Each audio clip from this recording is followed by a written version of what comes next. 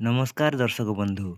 आज हूँ 1 एप्रिल 2025 मंगलवार और आज मु आपणों नहीं आसी देश विदेशर किसी गुरुत्वपूर्ण खबर। तेणु चलतु सेगुड़िक उपर नजर पकईबा। नंबर 1, आईएफएस निधि तिवारी हेले प्रधानमंत्री व्यक्तिगत सचिव। प्रधानमंत्री नरेंद्र मोदी व्यक्तिगत सचिव पीएस भावरे आईएफएस निधि तिवारी को मनोनीत करा जायछि।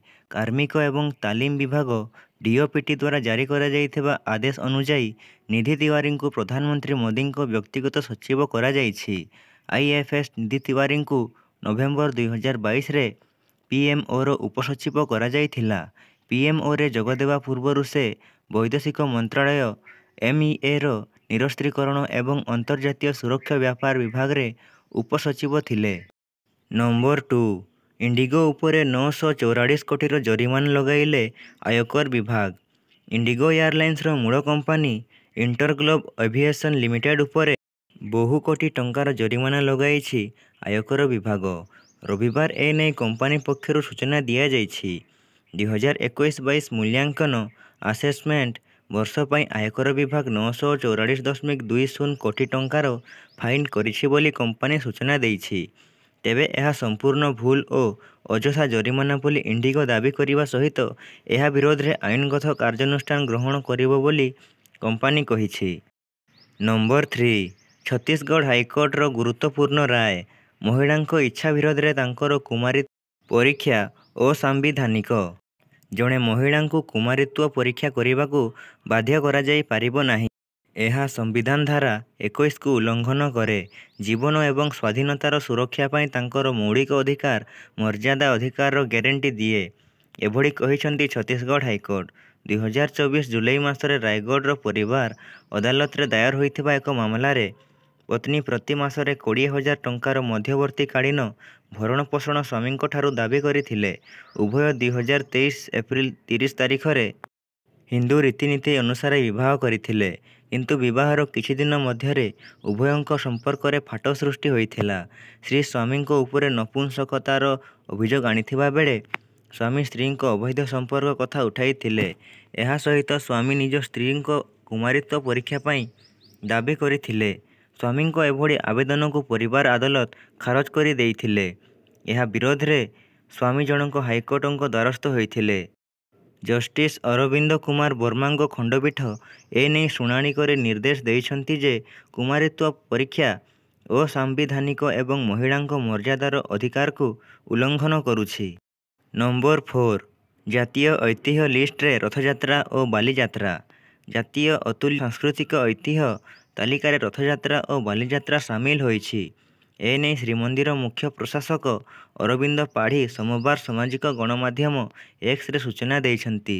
से लिखिछंती, संस्कृति मंत्रालय अधीन रे परिचालित सर्वोच्च सांस्कृतिक संस्था संगीत नाटक एकाडेमी पक्षरु सामिल करा जाइछि। पूर्वर संस्कृति मंत्रालय को श्री जगन्नाथ मंदिर प्रशासन तरफ एने प्रस्ताव पठाइथिला। नंबर 5, अरुणाचल प्रदेश रे भूकंप। रिक्टर स्केल रे तीव्रता 3.5। म्यांमार एवं थाईलैंड परे अरुणाचल प्रदेश रो भूकंप झटका अनुभूत होइछि। भूकंप तीव्रता 3.5 रहिथिला। अपराह्न 2:38 समय रे भूकंप झटका अनुभूत होइथिला। भूकंप रे किछि क्षयक्षति होई नाही। भूकंपर केंद्र अरुणाचल प्रदेश रो श्री यमीर ठारू 10 किलोमीटर गभीरता रहिथिला। यह पूर्व भारतर दिल्ली, एनसीआर, मणिपुर, मेघालय रे 4.0 तीव्रतार भूकंप झटका अनुभूत होइथिला। नंबर 6, राजाचक्र को बड़ झटका। सेमिड़ीगुड़ारू 14 गाड़ी जबत। गंधमार्दन खड़ी लोडिंग एजेंसी दुर्नीति मामला रे गिरफ होइथिबा व्यवसायी सौम्य रंजन ओरफ राजाचक्र व्यावसायिक साम्राज्य कोरापुट जिला सेमिड़ीगुड़ा को लंबिथिबा चर्चा हेउछि। सेमिड़ीगुड़ा ब्लॉक अंतर्गत झाड़ियागुड़ा निकट काजुबाड़रू 13टी टिपर और गोटे जेसीबी जबत होइछि। जबत 14 गाड़ी राजाचक्र बोली कुहा जाउछि। नंबर 7, राज्य सरकार बड़ निष्पत्ति। मद्य और मांस बिक्री उपरे लगाइले कटकणा। मध्य प्रदेश मैहार सहर में 9 दिनिया नवरात्रि महोत्सव पालन अवसर में समस्त आमिष खाद्य विक्रय उपरे निषेध जारी करा जाइछि बोली राज्य सरकार पक्षरु सूचना दिया जाइछि। ମୈହାର ହେଉଛି ହିନ୍ଦୁମାନଙ୍କ ପାଇଁ ଏକ ଶକ୍ତିପୀଠ। ଏଠାରେ ପବିତ୍ର ମା ଶାରଦା ମନ୍ଦିର ରହିଛି। ବାର୍ଷିକ 9 ଦିନିଆ ମା ଶାରଦା ଚୈତ୍ର ନବରାତ୍ରି ମେଳା ସମୟରେ ହଜାର ହଜାର ଭକ୍ତ ଏହି ସହରକୁ ପରିଦର୍ଶନ କରନ୍ତି। ନବରାତ୍ରି ଉତ୍ସବ ରବିବାରରୁ ଆରମ୍ଭ ହେଉଛି ଏବଂ ଏହା 9 ଦିନ ପର୍ଯ୍ୟନ୍ତ ଚାଲିବ। ତେଣୁ ମୈହର ସହରରେ 9 ଦିନ ପାଇଁ ଆମିଷ ଖାଦ୍ୟ ବିକ୍ରି ଉପରେ ନିଷେଧ ଜାରି କରାଯାଇଛି ବୋଲି ରାଜ୍ୟ ସରକାରଙ୍କ ପକ୍ଷରୁ ପ୍ରକାଶ କରାଯାଇଛି। ନମ୍ବର 8 ଏହି 3 ରାଜ୍ୟରେ 6 ମାସ ବୃଦ୍ଧି ହେଲା ଆଫାପ୍ସା। କେନ୍ଦ୍ର ସରକାର ମଣିପୁର, ନାଗାଲାଣ୍ଡ ଏବଂ ଅରୁଣାଚଳ ପ୍ରଦେଶର କିଛି ଅଞ୍ଚଳରେ ସଶସ୍ତ୍ର ବାହିନୀ ସ୍ୱତନ୍ତ୍ର କ୍ଷମତା ଆଇନ AFSPAକୁ 6 ମାସ ପାଇଁ ବୃଦ୍ଧି କରିଛନ୍ତି।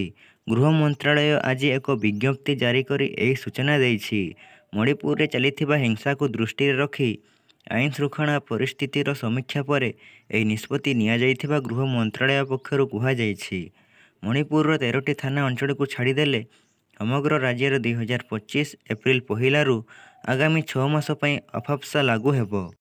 ନମ୍ବର 9 ସମ୍ବଲପୁରରେ ହେବ ମୁଖ୍ୟମନ୍ତ୍ରୀଙ୍କ ଅଭିଯୋଗ ଶୁଣାଣି। ସମ୍ବଲପୁରରେ ହେବ ମୁଖ୍ୟମନ୍ତ୍ରୀଙ୍କ ଅଭିଯୋଗ ଶୁଣାଣି। ଏପ୍ରିଲ 21ରେ ସମ୍ବଲପୁରରେ ହେବ ଅଭିଯୋଗ ଶୁଣାଣି। 10ରୁ ଅଧିକ ମନ୍ତ୍ରୀ ଏଥିରେ ସାମିଲ ହେବାର କାର୍ଯ୍ୟକ୍ରମ ରହିଛି। ସମ୍ବଲପୁରରେ ଅଭିଯୋଗ ଶୁଣାଣି ସାରିବା ପରେ ବ୍ରହ୍ମପୁରରେ ମଧ୍ୟ ଅଭିଯୋଗ ଶୁଣାଣି ହେବ। ଏନେଇ ଗଣମାଧ୍ୟମକୁ ସୂଚନା ଦେଇଛନ୍ତି ରାଜସ୍ୱ ମନ୍ତ୍ରୀ ସୁରେଶ ପୂଜାରୀ।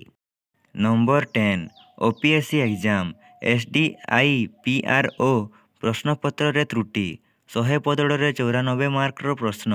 ଓଡ଼ିଶା ଲୋକସେବା ଆୟୋଗ ଦ୍ୱାରା ପରିଚାଳିତ ଉପଖଣ୍ଡ ସୂଚନା ଓ ଲୋକସମ୍ପର୍କ ଅଧିକାରୀ SDIPRO ପଦର ଲିଖିତ ପରୀକ୍ଷା ପ୍ରଶ୍ନପତ୍ରରେ ତ୍ରୁଟି ହୋଇଛି। ସାମ୍ବାଦିକତା ଏବଂ ଗଣଯୋଗାଯୋଗ ପ୍ରଶ୍ନପତ୍ରରେ 100 ବଦଳରେ 94 ମାର୍କର ପ୍ରଶ୍ନ ରହିଛି, ଯାହାକୁ ନେଇ ପରୀକ୍ଷାର୍ଥୀମାନେ ପ୍ରଶ୍ନ ଉଠାଇଛନ୍ତି। ନମ୍ବର 11 ଓଡ଼ିଶାରେ କଇଁଛଙ୍କ ସର୍ବକାଳୀନ ରେକର୍ଡ ଟପିଲା 15.11 ଲକ୍ଷ। ଗ୍ରୀଷ୍ମ ପ୍ରବାହକୁ ଦୃଷ୍ଟିରେ ରଖି ଓଡ଼ିଶାରେ କଇଁଛଙ୍କ ଆଗମନ ସର୍ବକାଳୀନ ରେକର୍ଡ ସୃଷ୍ଟି କରିଛି। 2023-24 ବର୍ଷ ତୁଳନାରେ ଚଳିତ ବର୍ଷ 5 ଗୁଣ ଅଧିକ ଆସିଛନ୍ତି। ଏହାକୁ ନେଇ ପରିବେଶ ପ୍ରେମୀ ଅଧିକ ଉତ୍ସାହିତ ହୋଇଥିବା ବେଳେ PCCS ବନ୍ୟପ୍ରାଣୀଙ୍କ ତଥ୍ୟ ଅନୁଯାୟୀ 2020-21 ବର୍ଷରେ ରାଜ୍ୟରେ ଗହୀରମଥାରେ 3.50 ଲକ୍ଷ କଇଁଛଙ୍କ ସମାଗମ ହୋଇଥିବା ବେଳେ 2021-22ରେ 10.51 ଲକ୍ଷ, 2022-23ରେ 11.49 ଲକ୍ଷ କଇଁଛଙ୍କ ସମାଗମ ହୋଇଥିଲା। ତେବେ ଗତ ବର୍ଷ ମାତ୍ର 3.01 ଲକ୍ଷ କଇଁଛ ଆସିଥିବା ବେଳେ ଚଳିତ ବର୍ଷ ଗହୀରମଥାରେ 6,07,000, ଋଷିକୁଲିଆରେ 6.99 ଲକ୍ଷ ଏବଂ ଅନ୍ୟାନ୍ୟ ସ୍ଥାନରେ ଅବଶିଷ୍ଟ 2.05 ଲକ୍ଷ କଇଁଛଙ୍କ ସମାଗମ ହୋଇଛି। ନମ୍ବର 12 ମିଆଁମାର ଭୂମିକମ୍ପରେ ମୃତ୍ୟୁ ସଂଖ୍ୟା 1700କୁ ବୃଦ୍ଧି, 3,400 ଆହତ, ବିଭିନ୍ନ ହସ୍ପିଟାଲରେ ଭର୍ତ୍ତି। ମିଆଁମାର ଭୂମିକମ୍ପରେ ମୃତ୍ୟୁ ସଂଖ୍ୟା 1700କୁ ବୃଦ୍ଧି, 3,400 ଆହତ ବିଭିନ୍ନ ହସ୍ପିଟାଲରେ ଭର୍ତ୍ତି ହୋଇଛନ୍ତି। ମିଆଁମାରରେ କ୍ଷମତାସୀନ ଜୁଣ୍ଟା ସରକାର ରବିବାର ସ୍ପଷ୍ଟ କରିଛନ୍ତି ଯେ ଏପର୍ଯ୍ୟନ୍ତ 1700 ମୃତଦେହ ଉଦ୍ଧାର କରାଯାଇଥିବା ବେଳେ 3,500ରୁ ଅଧିକ ଆହତ ହୋଇଛନ୍ତି ଏବଂ 300 ଲୋକଙ୍କର ପତ୍ତା ମିଳୁନାହିଁ। 2ଟି ପରିବହନ ବିମାନରେ ଭାରତ ପଠାଇଥିବା ରିଲିଫ ସାମଗ୍ରୀ ଇତିମଧ୍ୟରେ ମିଆଁମାର ପହଞ୍ଚିଛି। ଏଥିରେ ଜରୁରୀ ଔଷଧ, ତମ୍ବୁ, ଶୁଖିଲା ଖାଦ୍ୟ ପୁଡ଼ିଆ, generator, water purifier, sleeping bag ଇତ୍ୟାଦି ସାମିଲ ରହିଛି। ଭାରତରୁ ଯାଇଥିବା 80 ଜଣିଆ NDRF ଟିମ୍ ଇତିମଧ୍ୟରେ ମାଣ୍ଡାଲେଠାରେ 60 ଶଯ୍ୟା ବିଶିଷ୍ଟ ଅସ୍ଥାୟୀ ଚିକିତ୍ସା ଶିବିର ସ୍ଥାପନ କରିଛନ୍ତି। ନମ୍ବର 13 କେନ୍ଦୁଝରର ଶହୀଦ ଯବାନଙ୍କୁ ବିମାନ ବନ୍ଦରରେ ଶ୍ରଦ୍ଧାଞ୍ଜଳି ଜଣାଇଲା ମୁଖ୍ୟମନ୍ତ୍ରୀ। କେନ୍ଦୁଝରର ଶହୀଦ ଯବାନଙ୍କୁ ମୁଖ୍ୟମନ୍ତ୍ରୀଙ୍କ ଶ୍ରଦ୍ଧାଞ୍ଜଳି। ବିମାନ ବନ୍ଦରରେ ଶ୍ରଦ୍ଧାଞ୍ଜଳି ଜଣାଇଲେ ମୁଖ୍ୟମନ୍ତ୍ରୀ ମୋହନ ମାଝୀ। କେନ୍ଦୁଝର ସଦର ବ୍ଲକ ଅନ୍ତର୍ଗତ ନୂଆଗାଁ ପଞ୍ଚାୟତ ନୂଆଗାଁ ଗ୍ରାମର 6ଠ ବାଟାଲିୟନ ବିହାର ରେଜିମେଣ୍ଟରେ ହାବିଲଦାର ତଥା ଗାଡ଼ି ଚାଳକ ଭାବେ କାର୍ଯ୍ୟରତ ରାଜକିଶୋର ମୁଣ୍ଡାଙ୍କ ଶନିବାର ଅରୁଣାଚଳ ପ୍ରଦେଶ ତାୱାଙ୍ଗଠାରେ ଦୁର୍ଘଟଣାରେ ମୃତ୍ୟୁ ଘଟିଛି। ସେନା କର୍ମଚାରୀଙ୍କୁ ନେଇ ଯାଉଥିବା ବେଳେ ଏକ ପଥର ତାଙ୍କ ଗାଡ଼ି ଉପରେ ପଡ଼ିବା ଯୋଗୁଁ ଭାରସାମ୍ୟ ହରାଇ ଗାଡ଼ି ଓଲଟି ପଡ଼ିଥିଲା। ସେ ଚାପି ହୋଇ ଘଟଣାସ୍ଥଳରେ ମୃତ୍ୟୁବରଣ କରିଥିଲେ। ମରଶରୀର ସମ୍ପୂର୍ଣ୍ଣ ରାଷ୍ଟ୍ରୀୟ ମର୍ଯ୍ୟାଦାରେ ଶେଷକୃତ୍ୟ ନିମନ୍ତେ ସୋମବାର ପୈତୃକ ଗ୍ରାମ ନୂଆଗାଁ ଅଭିମୁଖେ ଅଣାଯିବ। ନମ୍ବର 14 ପ୍ରଥମ ହାଇଡ୍ରୋଜେନ ଟ୍ରେନ ପରୀକ୍ଷଣ ଆରମ୍ଭ କଲା ଭାରତ। ଭାରତର ପ୍ରଥମ ହାଇଡ୍ରୋଜେନ ଚାଳିତ ଟ୍ରେନ ହରିୟାଣା 89 କିଲୋମିଟର ଦୀର୍ଘ ଜିନ୍ଦ ସୋନିପତ ରୁଟ୍ରେ ଆଜି ଏହାର ପରୀକ୍ଷଣ ଆରମ୍ଭ କରିଛି। ଚେନ୍ନାଇର ଇଣ୍ଟିଗ୍ରାଲ କୋଚ୍ ଫ୍ୟାକ୍ଟ୍ରି ଦ୍ୱାରା ନିର୍ମିତ ଏହି ଇକୋ ଫ୍ରେଣ୍ଡଲି ଟ୍ରେନ୍ ସ୍ଥାୟୀ ପରିବହନ ଦିଗରେ ଏକ ଗୁରୁତ୍ୱପୂର୍ଣ୍ଣ ପଦକ୍ଷେପ। ଘଣ୍ଟା ପ୍ରତି 110 କିଲୋମିଟର ବେଗରେ ପହଞ୍ଚିବାରେ ସକ୍ଷମ ଏହି ଟ୍ରେନ୍ରେ ଗୋଟିଏ ପାସେଞ୍ଜର କୋଚ୍ ଏବଂ ହାଇଡ୍ରୋଜେନ୍ ଷ୍ଟୋରେଜ୍ ପାଇଁ ସମର୍ପିତ 2ଟି ଅତିରିକ୍ତ କୋଚ୍ ରହିଛି। ହାଇଡ୍ରୋଜେନ୍ ଟ୍ରେନ୍ରେ 1200 ହର୍ସ ପାୱାର ଇଞ୍ଜିନ୍ ରହିଛି ଏବଂ ଏଥିରେ ଗୋଟିଏ ଥରରେ 2638 ଜଣ ଯାତ୍ରୀ ଯାତ୍ରା କରିପାରିବେ। ଭାରତୀୟ ରେଳବାଇର ସବୁଜ ଶକ୍ତି ଅଭିଯାନର ଏକ ଅଂଶ ଭାବରେ 35ଟି ହାଇଡ୍ରୋଜେନ୍ ଇନ୍ଧନ ସେଲ୍ ଆଧାରିତ ଟ୍ରେନ୍ର ବିକାଶ ପାଇଁ 2800 କୋଟି ଟଙ୍କା ଆବଣ୍ଟନ କରାଯାଇଛି, ଯାହା ଭାରତକୁ ହାଇଡ୍ରୋଜେନ୍ ରେଳ ଜ୍ଞାନକୌଶଳରେ ବିଶ୍ୱର ଅଗ୍ରଣୀ ରାଷ୍ଟ୍ରମାନଙ୍କ ମଧ୍ୟରେ ସ୍ଥାନିତ କରିଛି। ନମ୍ବର 15 ନୋବେଲ ଶାନ୍ତି ପାଇଁ ପାକିସ୍ତାନର ପୂର୍ବତନ ପ୍ରଧାନମନ୍ତ୍ରୀ ଇମ୍ରାନ ଖାନ୍ ମନୋନୀତ। ପାକିସ୍ତାନର ପୂର୍ବତନ ପ୍ରଧାନମନ୍ତ୍ରୀ ଇମ୍ରାନ ଖାନ୍ଙ୍କୁ ନୋବେଲ ଶାନ୍ତି ପୁରସ୍କାର ପାଇଁ ମନୋନୀତ କରାଯାଇଛି। କାରାଦଣ୍ଡରେ ଥିବା ପୂର୍ବତନ ପ୍ରଧାନମନ୍ତ୍ରୀ ଇମ୍ରାନଙ୍କୁ ମାନବାଧିକାର ଏବଂ ଗଣତନ୍ତ୍ର ପାଇଁ ତାଙ୍କ ପ୍ରୟାସ ପାଇଁ ନୋବେଲ ଶାନ୍ତି ପୁରସ୍କାର ପାଇଁ ମନୋନୀତ କରାଯାଇଛି। ଗତ ଡିସେମ୍ବରରେ ପ୍ରତିଷ୍ଠିତ ପାକିସ୍ତାନ ୱାର୍ଲଡ ଆଲାଏନ୍ସ (PWA) ଏକ ଓକିଲାତି ଗୋଷ୍ଠୀର ସଦସ୍ୟ ଯେଉଁମାନେ ନରୱେଜିଆନ ରାଜନୈତିକ ଦଳ ପାର୍ଟିଏଟ ସେଣ୍ଟ୍ରମ୍ ସହିତ ଜଡ଼ିତ 72 ବର୍ଷୀୟ ଇମ୍ରାନଙ୍କ ନାମାଙ୍କନ ଘୋଷଣା କରିଛନ୍ତି। ନମ୍ବର 16 ତାତିରୁ ମିଳିବ ମୁକ୍ତି। ପ୍ରବଳ ବର୍ଷାକୁ ନେଇ ଆଜି ଏହିସବୁ ଜିଲ୍ଲାକୁ ୟେଲୋ ଆଲର୍ଟ ଜାରି। ତାତିରୁ ମିଳିବ ମୁକ୍ତି। ପ୍ରବଳ ବର୍ଷାକୁ ନେଇ ଆଜି ଏହିସବୁ ଜିଲ୍ଲାକୁ ୟେଲୋ ଆଲର୍ଟ ଜାରି। ସେହି ଜିଲ୍ଲାଗୁଡ଼ିକ ହେଲା ଅନୁଗୁଳ, କନ୍ଧମାଳ, ବୌଦ୍ଧ, ମୟୂରଭଞ୍ଜ, କେନ୍ଦୁଝର, କଳାହାଣ୍ଡି, ରାୟଗଡ଼ା, କୋରାପୁଟ, ନବରଙ୍ଗପୁର ଓ ମାଲକାନଗିରି। ଏହିସବୁ ଜିଲ୍ଲାରେ ବର୍ଷା ହେବା ସାଙ୍ଗକୁ ପବନର ବେଗ ଘଣ୍ଟାକୁ 30-40 କିଲୋମିଟର ବେଗରେ ରହିବ। ସେହିପରି ଆସନ୍ତାକାଲି ପାଇଁ କୋରାପୁଟ, ମାଲକାନଗିରି, ନବରଙ୍ଗପୁର, ନୂଆପଡ଼ା, ବଲାଙ୍ଗୀର, ରାୟଗଡ଼ା, କଳାହାଣ୍ଡି, କନ୍ଧମାଳ, ବୌଦ୍ଧ ଓ ଅନୁଗୁଳ ଜିଲ୍ଲାରେ ବର୍ଷା ସହ ଘଡ଼ଘଡ଼ି ଓ ପବନ ନେଇ ଏହିସବୁ ଜିଲ୍ଲାକୁ ଆଲର୍ଟ ଜାରି ହୋଇଛି। ନମ୍ବର 17 41 ଟଙ୍କା କମିଗଲା ଏଲ୍‌ପିଜି ସିଲିଣ୍ଡରର ମୂଲ୍ୟ। ଆଜିଠାରୁ ହେଲା ଲାଗୁ। ତୈଳ ବିପଣନ କମ୍ପାନୀଗୁଡ଼ିକ OMCS 19 କିଲୋଗ୍ରାମ ବାଣିଜ୍ୟିକ ଏଲ୍‌ପିଜି ଗ୍ୟାସ୍ ସିଲିଣ୍ଡରର ମୂଲ୍ୟ 41 ଟଙ୍କା ହ୍ରାସ କରିଛନ୍ତି। ଦିଲ୍ଲୀରେ ସଂଶୋଧିତ ଖୁଚୁରା ବିକ୍ରୟ ମୂଲ୍ୟ ବର୍ତ୍ତମାନ 1762 ଟଙ୍କାରେ ପହଞ୍ଚିଛି। ଏହି ସଂଶୋଧନ ହୋଟେଲ ଏବଂ ରେଷ୍ଟୁରାଣ୍ଟ ସମେତ ଏଲ୍‌ପିଜି ଉପରେ ନିର୍ଭର କରୁଥିବା ବ୍ୟବସାୟୀଗୁଡ଼ିକୁ କିଛି ଆଶ୍ୱସ୍ତି ପ୍ରଦାନ କରେ। ନମ୍ବର 18 ଔରଙ୍ଗଜେବପୁର ଏବେ ଶିବାଜୀ ନଗର। ଉତ୍ତରାଖଣ୍ଡରେ 17 ସ୍ଥାନର ବଦଳିଲା ନାଁ। ଉତ୍ତରାଖଣ୍ଡର 4 ଜିଲ୍ଲାର 17 ସ୍ଥାନର ନାମ ପରିବର୍ତ୍ତନ କରାଯାଇଛି। ମୁଖ୍ୟମନ୍ତ୍ରୀ ପୁଷ୍କର ସିଂ ଧାମୀ ହରିଦ୍ୱାର, ଡେହରାଡୁନ, ନୈନିତାଲ ଓ ଉଧମ ସିଂ ନଗର ଜିଲ୍ଲାସ୍ଥିତ ବିଭିନ୍ନ ସ୍ଥାନର ନାମ ପରିବର୍ତ୍ତନ ନିଷ୍ପତ୍ତି ଉପରେ ମୋହର ମାରିଛନ୍ତି। ମୁଖ୍ୟମନ୍ତ୍ରୀ ଧାମୀ କହିଛନ୍ତି ଯେ ଏହିସବୁ ସ୍ଥାନର ନାମକରଣ ଜନଭାବନା ଓ ଭାରତୀୟ ସଂସ୍କୃତି ଏବଂ ଐତିହ୍ୟ ଅନୁରୂପରେ କରାଯାଇଛି। ଅନ୍ୟପଟେ କଂଗ୍ରେସ ଏହି ନିଷ୍ପତ୍ତିକୁ ନେଇ ସରକାରଙ୍କୁ ଟାର୍ଗେଟ କରିଛି। ସରକାରଙ୍କ ପକ୍ଷରୁ ଜାରି ଲିଷ୍ଟ ଅନୁସାରେ ହରିଦ୍ୱାର ଜିଲ୍ଲାର ଔରଙ୍ଗଜେବପୁର ନାଁ ଶିବାଜୀ ନଗର ହେବ।